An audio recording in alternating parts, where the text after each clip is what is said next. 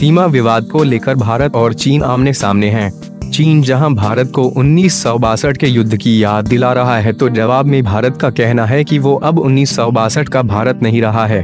आज चीन ने यहां तक कह दिया कि वो अपनी सीमाओं की रक्षा के लिए भारत के जंग तक से नहीं हिचकेगा। दोनों देशों के बीच ये रिश्ते कहां तक जाएंगे ये तो वक्त ही बताएगा, लेकिन इस माहौल में 55 साल पहले के उस युद्ध और उसके हालात पर एक नजर डालना जरूरी है। भारत ने कभी सोचा भी नहीं था कि चीन उस पर हमला करेगा, लेकिन पड़ोसी देश ने ऐसा किया। 20 अक्टूबर 1962 को चीन ने भारत पर हमला कर दिया, जिसे भारत चीन के 1962 के युद्ध के रूप में जाना जाता है। भारतीय सेना इस हमले के लिए तैयार नहीं थी। नतीजा ये हुआ कि चीन के 80,000 जवानों का मुकाबला करने के लिए भारत की ओर से मैदान में थे 10-20,000 सैनिक। ये युद्ध पूरा 1 महीना चला, जब तक कि 21 नवंबर 1962 को चीन ने युद्ध विराम की घोषणा नहीं कर दी।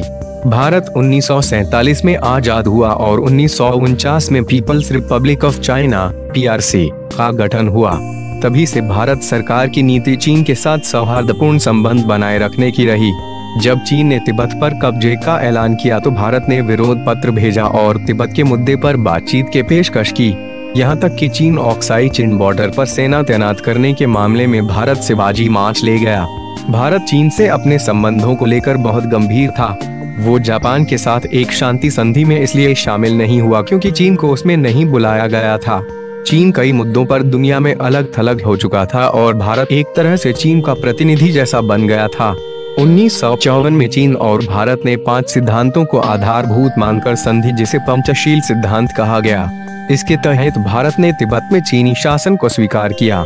ये वही समय था जब पंडित जवाहरलाल नेहरू ने हिंदी चीनी भाई भाई का नारा दिया। जुलाई 1954 में नेहरू ने भारत का नक्शों में सुधार का निर्देश देते हुए एक पत्र लिखा, जिसमें सभी मोर्चों पर भारत की सीमाओं का निर्धारण किया गया। चीन के नक्शों में भारत के तकरीबन 12 लाख वर्ग किलोमीटर की भूमि को चीन का दिखाया गया। पूछे जाने पर PRC के पहले प्रधानमंत्री चाउ एन लाई ने जवाब दिया कि ऐसा नक्शे में गलती से हुआ। मार्च 1959 में जब दलाई लामा चीन से भागकर भारत आए तो उन्हें मिले स्वागत सम्मान से चीन के बड़े नेता माओ जेडोंग भड़क गए।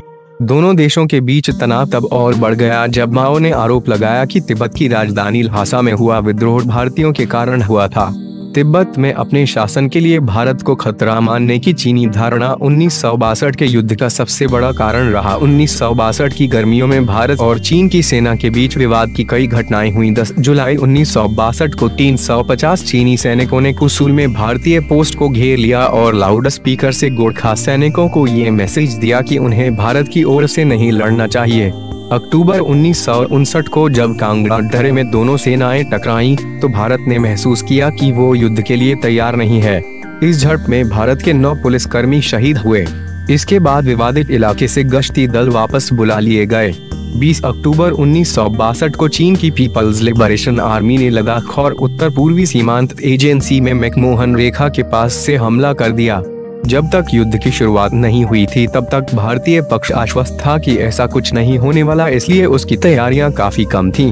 भारत ने विवादित इलाके में महज 2 डिवीजन तैनात की थी, जबकि चीनी सैनिकों की 3 रेजिमेंट वहां थीं। चीन ने भारतीय टेलीफोन लाइनों को भी काट दिया ताकि सीमा पर मौजूद बल अपने मुख्यालय से संपर्क न कर सके। युद्ध के पहले ही दिन चीन की पैदल सेना ने भी पीछे से भारत पर हमला कर दिया। लगातार नुकसान से भारतीय सैनिक भूटान में भागने को मजबूर हो गए। 22 अक्टूबर को चीनियों ने झाड़ियों में आग लगा दी, जिससे भारतीयों के बीच भ्रम की स्थिति पैदा हो गई। 400 चीनी सैनिकों ने भारतीय सेना पर हमला बोल दिया। भारतीयों ने जब जवाब में मोर्टार से फायर किया तब वे जाकर रुके। जब भारतीय सेना ने देखा कि चीनी सेना दर्रे के पास एकत्र हो रही है तो उसने मोर्टार और मशीन गन से फायर किया और 200 चीनी सैनिकों को मार गिराया। 26 अक्टूबर को सिख सैनिकों की गश्ती दल को चीनी सैनिकों ने घेर लिया। उन्हें बचाने के लिए भारतीय सेना की एक यूनिट ने हमला किया और सिख सैनिकों को मुक्त कराया। चीन के आधिकारिक सैन्य इतिहास के मुताबिक इस युद्ध ने पश्चिमी सेक्टर में सीमा को सुरक्षित बनाने के चीन के लक्ष्य को हासिल कर लिया।